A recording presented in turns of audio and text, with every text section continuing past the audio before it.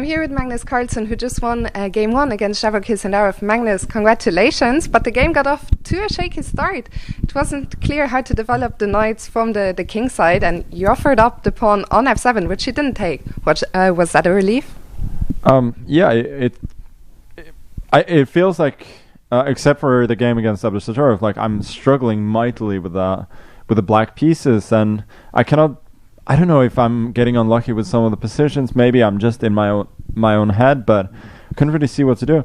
I thought his third move was quite clever, sort of, just grabbing some space and putting me in a little bit of I wouldn't say Zugzwang, but I was considering mirroring his move, but I've noticed that even in freestyle, he's generally very, very happy to play Italian types of positions. So he would have gone for bishop c4 and so on.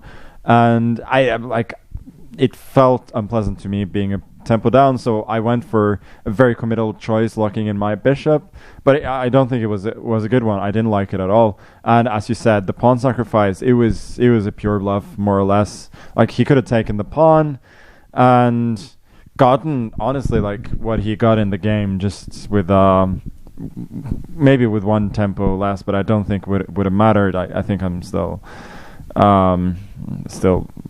like I'm much worse. I think in the game, he lost his way a little bit.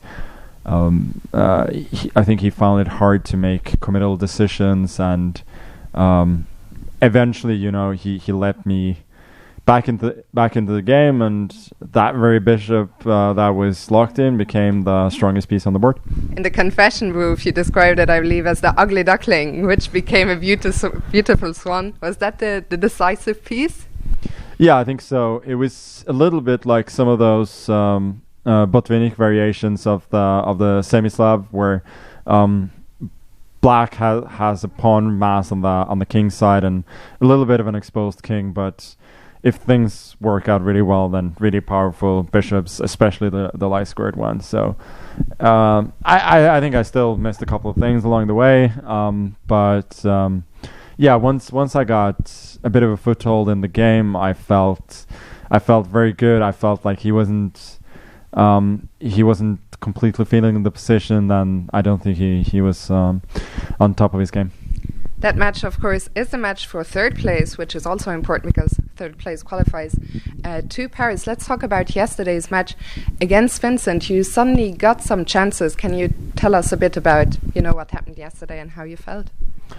Yeah, normally playing white against Vincent, I'd feel relatively good about creating chances, but it's always a bit more difficult when you have to win on demand.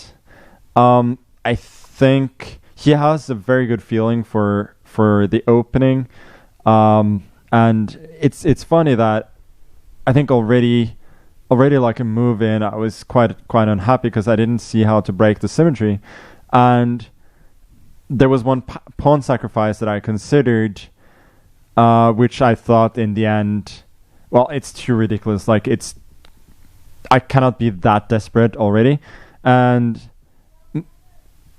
Peter actually mentioned that right after the game, like that pawn sacrifice was actually like good. It was giving like a little bit better for white and quite playable, which was a bit of a shock to me, which shows also how little we understand of these positions sometimes. But anyway, I tried to complicate the position, didn't really succeed. He was certainly better, and as I said, he was playing the opening better. But I managed to fight. I'm really happy about that.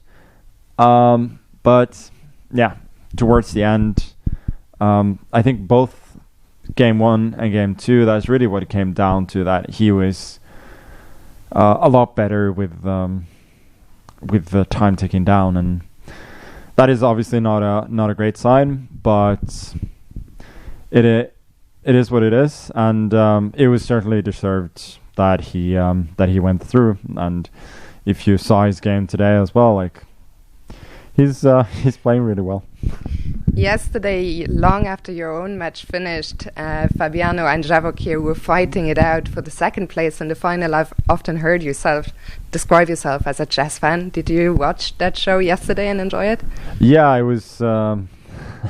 I'm sure more fun to watch than to play. It was an incredible fight, and at the end it was just nerves, I think, that decided it. And yeah, obviously it's really harsh on Sindarov, but somebody had to go through. Today there are a couple of big announcements. First of all, the Kränke Festival will incorporate a freestyle event, which you have been confirmed to play in. Are you looking forward to that?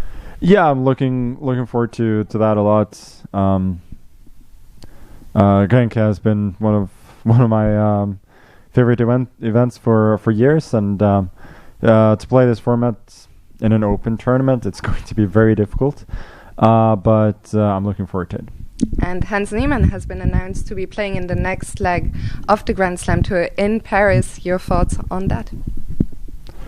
Well, he won the Grenke Open last year. That's why, I guess. Magnus, thank you very much for your time. Congrats again and good luck tomorrow. Thank you.